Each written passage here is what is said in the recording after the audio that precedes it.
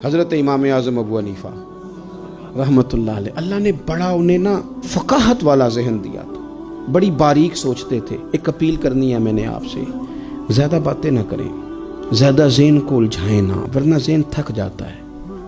تھوڑی دیر خاموشی اختیار کریں، اللہ کے فیصلوں پہ راضی رہنا سیکھیں، مختصر سی بات کریں، محسوس ہوگا کہ زبان پر حکمت جاری ہونے لگ گئی ہے۔ اور اپنے آپ کو تھوڑا محدود کرنے کی کوشش کریں، تھوڑا وقت مسلح پہ دیں۔ ایک کام زندگی میں کریں، زیادہ جگہوں پہ اپنے پیر نہ پھیلائیں، ورنہ کوئی کام بھی ٹھیک نہیں ہوتا۔ ایک کریں پر صحیح کر کے کریں، سونا کر کے کریں۔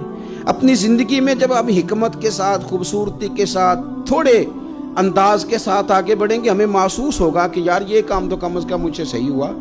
آپ جس شعبے میں اس میں کمال پیدا کریں، لیکن کہنا مجھے سارا ہی پتہ ہے، میں سب ہی جانتا ہوں، میں ہر چیز میں الجھوں گا، تو پھر کوئی کام بھی ٹھیک نہیں ہوتا۔ امام صاحب فقیہ تھے، اس میں انہوں نے درجہ عروج حاصل کیا، کمال سمجھ اللہ نے عطا فرمائی، کمال۔ اور وہ اس طرح کی رائے دیتے تھے کہ بڑے بڑے سمجھدار لوگ کہتے تھے کہ کمال ہو گئی، بلکہ ان کے اساتذہ امام اعمش رحمۃ اللہ علیہ آپ کے اساتذہ میں سے کچھ حالات ایسے ہو گئے کوفے میں، گرد و نواح میں، کہ گندم کم ملتی تھی، مہنگی ہو گئی، کوئی قحط کا دور تھا۔ تو اب جو چیز کم ہو جائے وہ گھر والے اس کا مطالبہ بھی زیادہ کرنے لگ جاتے ہیں، جو پڑی ہوتی ہے اس پر توجہ نہیں ہوتی، جو نہیں ہوتی اس کا ذکر بار بار ہوتا ہے۔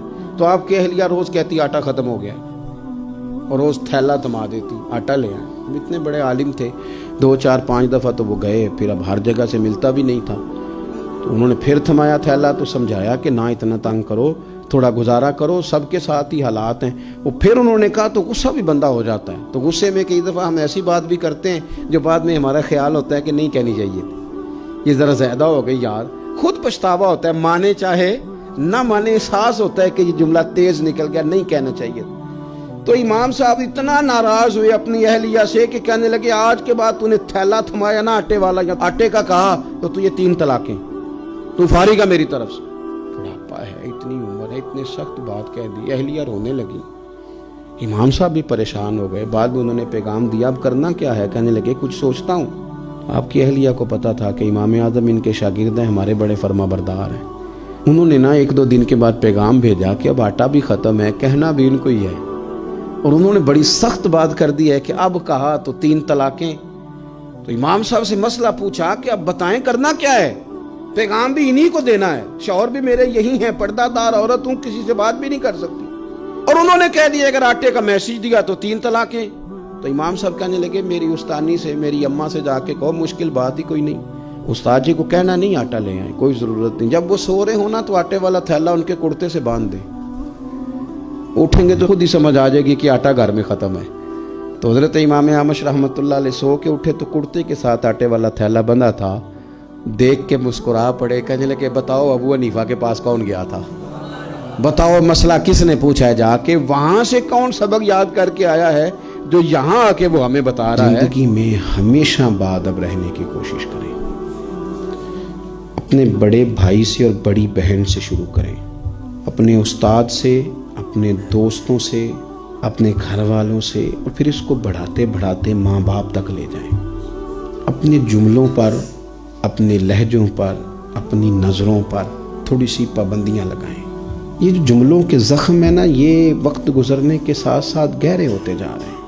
گھر میں کبھی غربت بھی آئی جاتی ہے، کبھی کوئی آزمائش آ بھی جاتی ہے، لیکن حوصلہ مند وہ لوگ ہوتے ہیں جو اسے دلیری کے ساتھ ان آزمائشوں سے گزرتے ہیں۔ لیکن جو تلخ ہو جائیں، سخت باتیں کر دیں جو عمر بھر بھلائی نہ جا سکیں، وہ بوجھ چھوڑ جاتی ہیں طبیعتوں میں۔ ادب زندگی کا حسن ہے، تھوڑا سا جملے سوچ سمجھ کے ادا کریں، تھوڑا سا لفظوں پر غور کریں۔ آپ کبھی نبی پاک علیہ السلام کے غلاموں کی زندگیاں دیکھیں نا، تو حالات جس طرح کے بھی ہوتے تھے وہ باادبی رہتے تھے۔ حضرت صدیق اکبر رضی اللہ تعالیٰ عنہ غار ثور میں ہیں اور ان کو سانپ نے ڈس لیا ہے۔ میری آپ تعریف کرتے ہیں، کہتے ہیں حضرت علامہ، مولانا، پیر صاحب، فلاں صاحب، فلاں صاحب، خطیب صاحب، امام صاحب، یہ سارے لفظ ہیں۔ خدا نہ خواستہ آپ کو پتہ چل جائے کہ میری پگڑی کا پیچھے جو شملہ ہے اس کو آگ لگ گئی ہے، تو اب آپ یہ تھوڑی کہیں گے کہ خطیب پاکستان اور مفکر ملت اور عالم باعمل جب تک چاہے ساری پگڑی جل جائے، اور آگ آگے پہنچ، آپ تو فوراً کہیں گے آگ آگ آگ آگ، اس کو بجھائیں، جلدی کریں، مولانا آپ کے پیچھے آگ، فٹافٹ۔ ایمرجنسی میں ادب تھوڑی قائم رہتا ہے۔ لیکن حضرت صدیق اکبر کے مقدس قدموں کو سانپ نے ڈس لیا ہے، اور اتنا زہر نے سرایت کی ہے کہ آنکھوں سے آنسو نکل آئے۔ حضور نے پوچھا کیا ہوا، فوراً کہنا چاہیے نا سانپ سانپ سانپ۔ اور میں تقریر کر رہا ہوں، آپ سن رہے ہیں، سانپ کی تو ایک ہیبت ہے، وہ تو ایسے پتہ چل جائے نا، کسی کو آپ بتا دیں کہ آج گھر میں میری نظر سے سانپ گزرا ہے، تو بہت سارے لوگ آرام سے سو نہیں پاتے چارپائی پہ، کہیں آ نہ جائے۔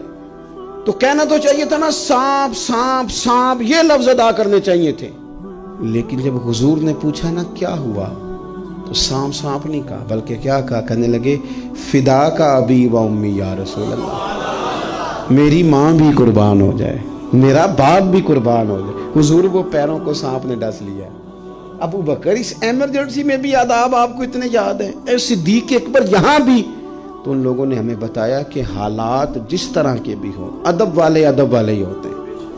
وہ بے ادبیاں کرتے، مجھے بڑی تکلیف ہوتی ہے جب کسی کے گھر سے یہ پیغام آتا ہے کہ اسے سمجھائیں یہ ادب نہیں کرتا۔ یہ اپنی زندگی میں، اور صوفیاء کے ماننے والے بھی اگر ادب والے نہ ہوں، خانقاہی لوگ بھی اگر ادب والے نہ ہوں، ہمیں لوگ بھی ادب کرنے کی کوشش کرتے ہیں، وہ لہجہ اس طرح کا اختیار کرتے ہیں، لفظوں میں اس تنطر شروع لاتے ہیں کہ وہ اشتعال دلائیں اور ہم بھی اس طرح کی باتیں کریں، لیکن ہم ان کو بتائیں گے کہ وَإِذَا خَاطَبَهُمُ الْجَاهِلُونَ قَالُوا سَلَامًا، جاہلوں کو سلوٹ کیا جاتا ہے، ان سے الجھا نہیں جاتا۔